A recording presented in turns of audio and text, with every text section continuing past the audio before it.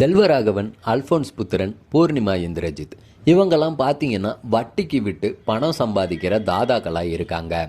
இவங்களோட ஈகோ தொழில் போட்டியில் சூழ்நிலை காரணமாக சிக்கிடுறாங்க. ஃப்ரெண்ட்ஸ் கம் கபடி விளையாட்டு வீரர்களாக இருக்க சேன் நிகாமும் சாந்தனுவும் 3 பேரில் கொடூரரான செல்வராகவனோட டீமில் சேர்ந்து நண்பர்கள் 2 பேரும் கபடி விளையாடுறாங்க.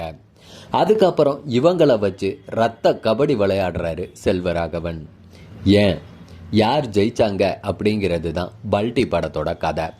தமிழகம் கேரளா பார்டரில் இருக்க பாலக்காடு பக்கத்தில் கதை நடக்குது. மலையாளத்தில் மட்டும் இல்லைங்க, தமிழ்லையும் டப்பாகி பல்டி ரிலீஸ் ஆகி இருக்கு. பாலக்காடு பக்கத்தில் இருக்க ஏரியாவில் கில்லி பட பாணியில் கபடி விளையாட்டோட கதையை தொடங்குறாங்க. இது பக்காவான ஸ்போர்ட்ஸ் படம் போல. கபடி பின்னால் இருக்க பாலிடிக்ஸ் சண்டையெல்லாம் சொல்ல போகிறாங்க அப்படின்ட்டு நம்மலாம் நினச்சா கொஞ்ச நேரத்திலேயே கதை வேற பக்கம் போகுது.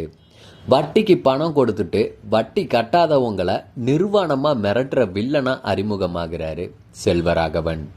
அவருக்கும் வட்டி தொழில் செய்கிற சோடா பாபு அப்படிங்கிற அல்போன்ஸ் புத்திரனுக்கும் தான் தொழில் போட்டி. பண தேவைக்காக செல்வராகவனோட டீமில் சேர்ற சேன் நிகாமும் சாந்தனுவும் அல்போன்ஸை புரட்டி எடுக்கிறாங்க.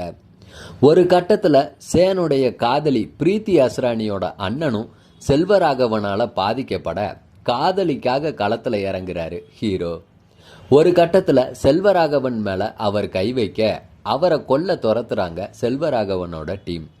இடையில இன்னொரு தாதாவான பூர்ணிமாவும் பாலிடிக்ஸ் பண்ணுறாங்க. அப்போ சேனோட உயிர் நண்பரான சாந்தனு என்ன செஞ்சாரு, எப்படி மாறுறாரு அப்படிங்கிறத ஆக்ஷன் பேக்ரவுண்டில் சொல்லி இருக்காரு இயக்குனர் உன்னி சிவலிங்கம்.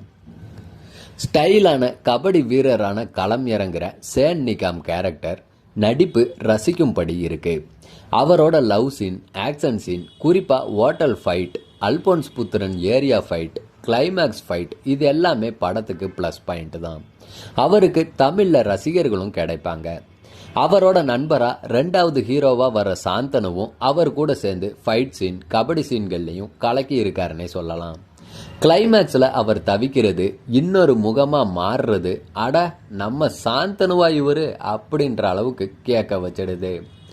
வட்டிக்கு பணம் கொடுத்து மிரட்டுற தாதாவாக வர்ற செல்வராகவன் அமைதியாக பேசி அதிரடியாக மிரட்டுறாரு. கிளைமேக்ஸில் அவர் ஆடுற ரத்த தாண்டவம்லாம் மிரட்டல்னே சொல்லலாம். இன்னொரு வில்லனாக வர்ற இயக்குனர் அல்போன்ஸ் புத்திரனும் மனசில் நிற்கிறாரு.